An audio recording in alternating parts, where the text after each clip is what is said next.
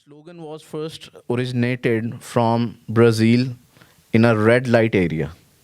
The original slogan was, I'm a proud prostitute, my body, my choices. It was raised by a sex worker advocate, Gabriela Latte. Originally, it was a prostitute movement. Later, North American women copied this slogan with few amendments.